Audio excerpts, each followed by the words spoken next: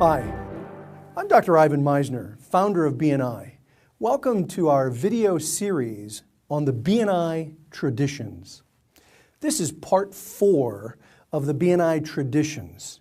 Now I'm going to talk about our tradition number 3, keeping the fun in the fundamentals. You know, if you're not enjoying the journey, you're probably not going to enjoy the destination. I spent the first 10 years of BNI in trying to build the program, really focusing on the fundamentals, and I lost track of something really important, and that is having fun. Years ago, I learned that the best chapters in our organization are ones where when I walk out of the meeting, my cheeks hurt from laughing so much. They're having a great time, but they're also following the program. And so if you can have a balance with that, if you can follow the system, stick to the fundamentals, and at the same time have fun, you're going to have a great chapter. Well, a lot of people say to me, yeah, but look at the policies of the organization. The policies require accountability. There's accountability that is mandated in any successful referral organization. You see, one of the strengths of a group like BNI is that many of the members are friends. One of the weaknesses of a group like BNI is that many of the members are friends. It is both a strength and a weakness. To avoid a BNI group becoming a coffee klatch, it's really important to focus on accountability. And that's why we have the policies, which were, by the way, created by members. Every policy that exists in BNI was created by our board of advisors, which is made up of members of the organization. So let's take one of those policies, one that's a difficult one for a lot of chapters, and talk about that. How do we keep the fun in the fundamentals for something like attendance? Years ago, we had a great chapter in Southern California. It was in the San Fernando Valley, and the founding president of the group was named Doug. Doug was the founding president. Well, he had stepped down as president and a couple of terms had gone by, and the group wasn't following the program very effectively, and membership started to go down. And they came to Doug and they said, Doug, we would love to have you come back in as president. Would you be willing to do that? And Doug said, yeah, I'd be glad to do that. However, I want to be able to talk to the chapter, and I want to make sure that we all get back to basics, that we all stick to the system, follow the policies. And if everybody's good with that, we're in. I'll do it. I'd be more than glad to be president again. So he went to the chapter and he said, yeah, I'll be glad to take it back over, but we got to get back to the fundamentals. And one of the biggest problems we have is attendance. People are missing too many meetings. So are you all on board? Will everybody make the meetings? And everyone's like, yeah, sure, Doug, whatever you want, we'll be there. So he took the position. No kidding. 5 weeks into his presidency, somebody had already missed 3 meetings. 3 meetings. His name was Frank. Frank missed 3 meetings in 5 weeks. Now, talking about keeping the fun in the fundamentals, toughest policy, attendance. How can someone keep this fun? Well, let me tell you what Doug did. Doug came to a meeting and he said, now a lot of presidents would come in and say, oh, you know, he's missed another meeting, you guys all promised, and they'd start berating the chapter. That's not what Doug did. Doug said, how many of you would be willing to give me 10 minutes of your time before 10 a.m. this morning? That's what I'd like. 10 minutes of your time before 10 a.m. Well, people said, like, well, what do you want us to do, Doug? He said, I'll explain, and if you don't want to do it, then we'll talk about that. But I want a full commitment from everyone in the room to give me 10 minutes of your time before 10 a.m. Now, this was years ago, back in the mid-1980s.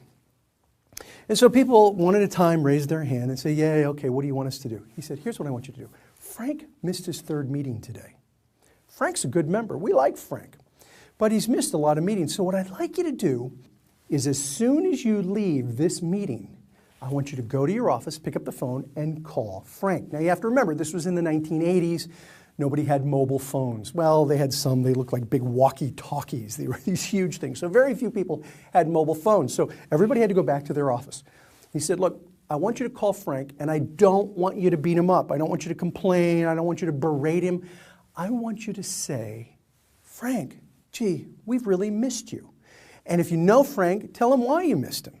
If you don't know Frank, this is what he told the chapter. If you don't know Frank well, if you're a new member, you can say this and be honest. Frank, you contribute a lot to the group. You bring a lot of referrals. You're missed when you're not here. That's what I want you to do. And everyone's like, oh yeah, great. That sounds like fun. We'd love to do that. So they went out and did it. I wasn't at that meeting, but I was at the next meeting, and guess who was there? Frank. And we went around the room, people were introducing themselves, got to Frank. Frank stands up, no kidding, looks at the whole group, and he said, what the heck did you guys do last week? It's like 8:40 and my phone starts ringing off the hook. Secretary's, Frank, you've got a BNI member on line 1. Frank, you've got a BNI member on line 2. Frank, there's a BNI member on line 3 and 4. He said, well, what did you guys do last week? He said, look, I get the message. I'll be here. I won't miss any more meetings. And he laughed. The members laughed. But here's the question for you. Did Frank get it? Yeah, Frank got it. Not only did Frank get it, but the members got it. Everybody got it that if you want to get referrals, you got to be there. How many of you have ever gotten a haircut over the phone? Well, nobody. It's almost impossible. You can't do it. You got to be there. It's one of those things that you got to be there for. And that's what referral marketing is about. You have to be present if you want to generate referrals. You can keep the fun in the fundamentals. Okay, so attendance is the hardest policy. Let me give you another example of how you can keep the fun in the fundamentals regarding attendance. I went to visit a New York chapter years ago, and the vice president came to the meeting, and she had different colored envelopes. She had a big stack of white envelopes, and she had a big stack of yellow envelopes, and she had a big stack of blue envelopes. And she handed all these envelopes out to everybody, and she said, would you do me a favor, please? I need you to self-address one of each color. Of course, everybody said, yeah, okay, but why? And she said, I'll explain it in a minute. If you wouldn't mind just everybody filling out one of each color. I need your name and whatever address you might want anything sent to. So everybody filled it out. She collected it all. And when she had them all in her hands, she said, okay, you know those nasty grams that we send out that if you miss too many meetings, we let you know, hey, you've missed too many, and if you miss any more, you're going to be on probation, those kinds of things. And everyone's like, yes. She said, okay, so what I've done is I've stuffed all of these envelopes with those letters. The white one is the first one, the yellow one is the second one, and the blue one is the third one.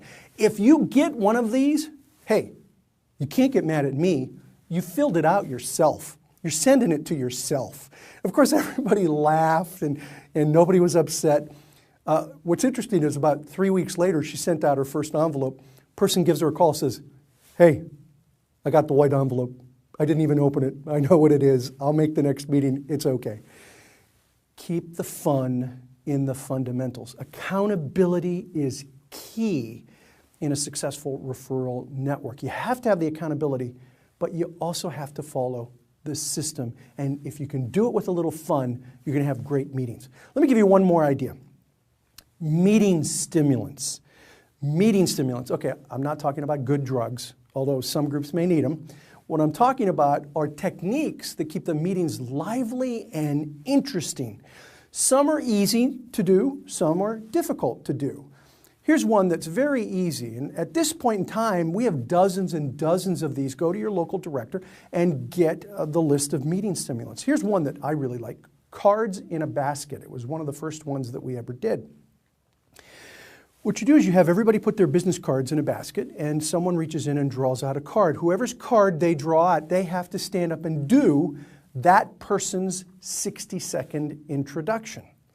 Now, the more you can use their mannerisms or use their speaking style, the funnier it is. I'll never forget going to a chapter meeting, and this woman pulled out a business card, and she was about, no kidding, 4'11", very short, and she pulls out this business card of a member who was an ex-college basketball player, very tall. I think he was about 6'5". So she pulls out his card, she pulls out her chair, she steps onto the chair. She's now standing on the chair, and she does his 60-second presentation using his mannerisms, talking like it. The room was in hysterics. They loved it. And by the way, she did a better job than he did on most of his 60-second presentations. Keep the fun in the fundamentals. Cards in a basket is a great meeting stimulant. One of my favorite ones is NET Radio. NET Radio. Look that one up. It's one of the most creative meeting stimulants I have ever seen. Basically, the president is the DJ, and every member has a 60-second commercial. Not a 30-second commercial, not a 45-second commercial, not a minute and a half. It is 60 seconds. And if they run short, it's dead air. So if you finish your commercial at 30 seconds, well, then you have 30 seconds of dead air. That was 5. So show the members how this works and give it a try. Some of the best presentations I have ever seen were in NET Radio. People come in very prepared to do their 60-second presentations. A lot of people bring in bumper music on a CD.